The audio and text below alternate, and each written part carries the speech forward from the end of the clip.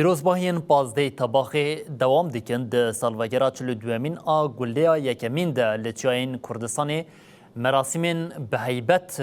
بیکتین امی نها مراسمه که بینن لسر اکرانین وکو گریلا تیوی دیمنی وی مراسمی وشاندیه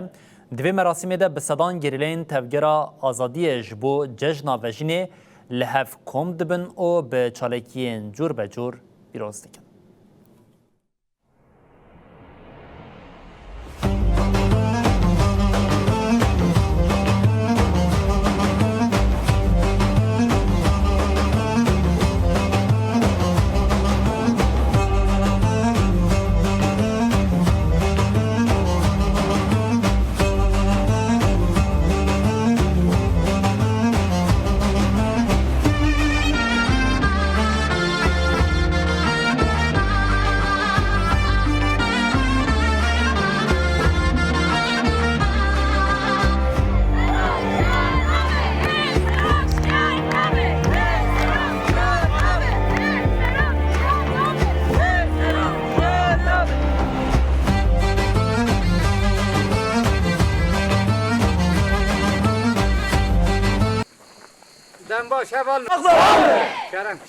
دست به که جزنا وجینه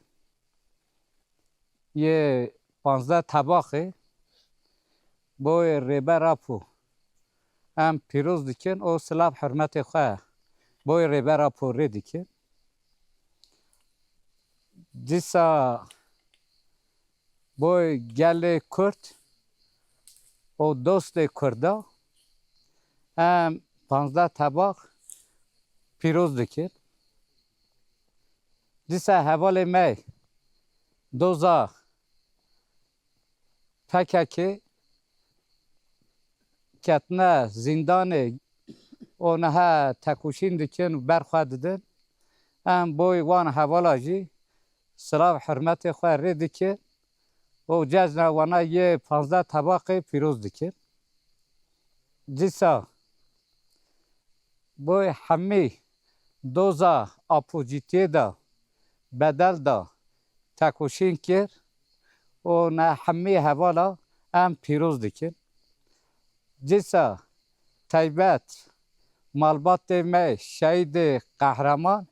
هم جزنا وناجی یه 15 طباقی پیروز دیکن و سلاح حرمت خواه ری دیکن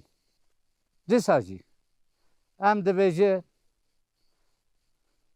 بیجی رح 15 طباق و هم دبیجن بیجی ریبه راپو همه اول